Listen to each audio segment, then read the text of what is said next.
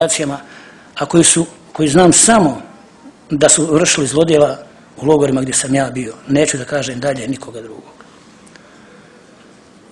Razvuklo se to tako, ta maltretiranja negdje do oktobra mjeseca, kad sam dozvolio da nam se otkuće donosi nešto malo hrane.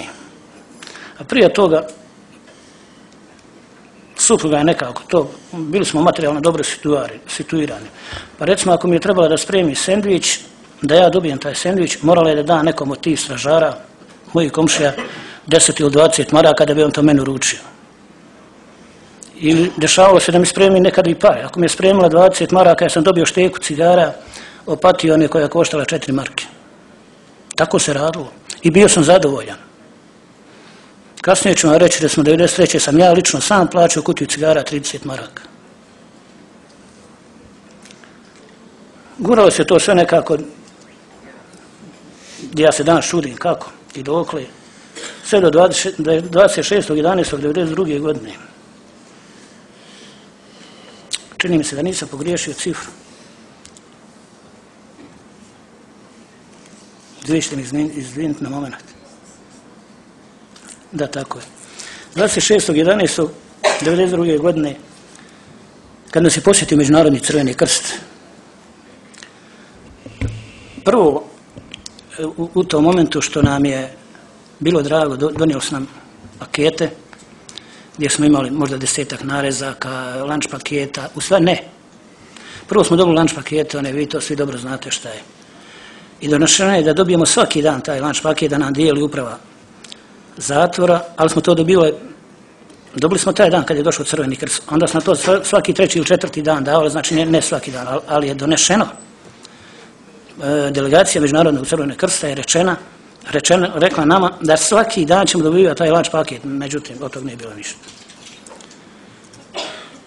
Bilo je malo bolje, kažem, dozvolili su neku hranu od kuće, pa dobijete jedan hljeb se skuva, onaj seoski, domaćinski, ovoliki, prvo ga morate podijeliti sa onim kome nema ko da spremi, a ono što vam je ostalo izdijelite na 15 dana i nema pojesti ono za sutra što vam je ostavljeno, jer nećete imati preko sutra. Znači, tačno ono da bi dočekali sljedeći put. A da ne govorim šta je i kako rađeno sa tih vreća i sa tom hranom koja je nama donošena i davana. Koliko se trebalo 3 dana čekati da se to pretrese, pa da se pokvari, ubudža, pa da se nešto i baci i tako. Tako boravio sam do 27.12. u Silosu 1992. godine. A odatle 27.1. trpaju nas u furgone, jedno zatvoreno vozilo, i prebacuju u logor Krupu. Krup je daleko od Silosa, nekih možda 10 km, ne znam da li imaju toliko, ali tu je tako to. Prije mog dolaska postoji zatvor Krupa, 150 nešto je bilo zatvorenika. Molim vas samo na jedan broj da se vratim. U avgustu, početkom avgusta, slušajući ispred vrata gdje dijele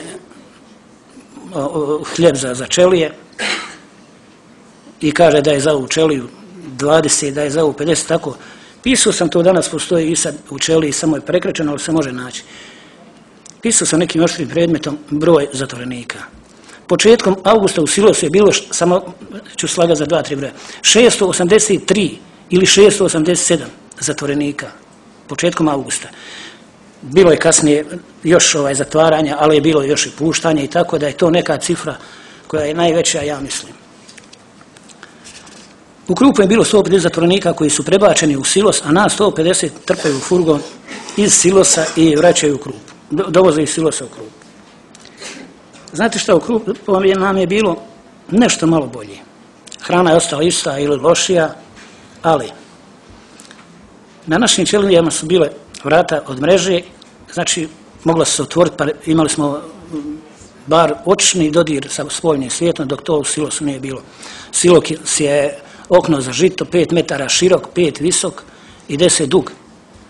Bez svjetlosti, bez ičega, beton, znate šta znači okno za žito, mora biti urađeno tako da se ne može žito pokvariti. Pa eto, mišljeni nismo se ni mi pokvarili, bilo nam je dobro.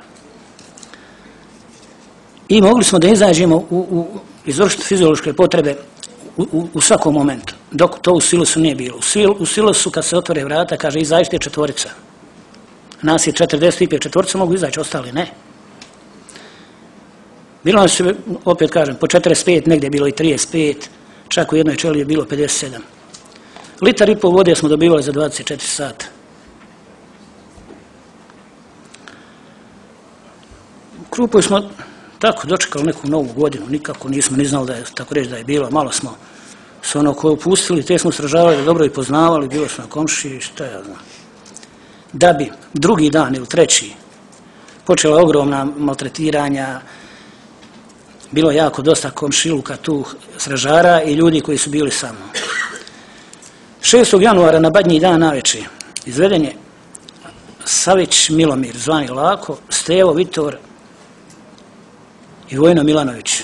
Ubijeni su do besvijesti, kad su ih bacili u čeliju, mislili smo da neće preživjeti. Ali eto, hranili smo i par dana na slamku, mislim da nisu nikad Crni Božić dočekali, nego oni tada i Kravica 93. godine bilo je na isti dan. Ostao sam u Krupoj do 27. također opet nešto, vidite, ovaj 27. januar po mnogo čemu meni značaja. Inače datum 27.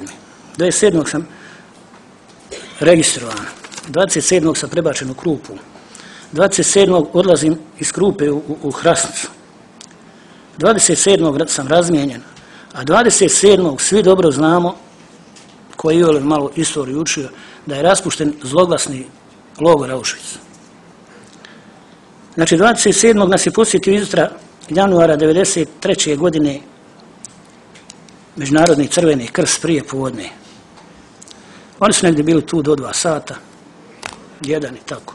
Ostavili nam hranu i otišli. Da bi mi onako svi radosni te pakete počeli malo, donijeli su nam poruke od porodica, da bi to pročitali i malo jeli i tako. Međutim, dolazi upravnik zatvora, neki šerif, čita imena nas 20. Između ostalog i ja sam tu. Spremite se, izlazite. Ajde, ako idemo obično, išlo se na Igmanicu, neki išli, ja nisam prije, sjeć drva ili nešto. Imao sam, dobio sam nekim slučajem, jedan kombinezon vojni, nevojni, civilni koji sam dobio u toj vojnoj firmi gdje sam radio. Mnogo sam terena obavljao u Kalunoviku, ako neko zna gdje je to. Pa zim bude hladno, imali smo posebno HTZ opremu i taj sam kombinezon koristio u zatvor, valjao mi je života. Samo sam uzeo taj kombinezon, kutiju cigara i popio sam na auto. Oko 3 sata smo krenuli preko Igmana. Pa svako možda 100 metara, da li je to se meni činilo, možda i više, normalno da je više. Postavili su neki punktovi, tada sam prvi put bio na Igmanu.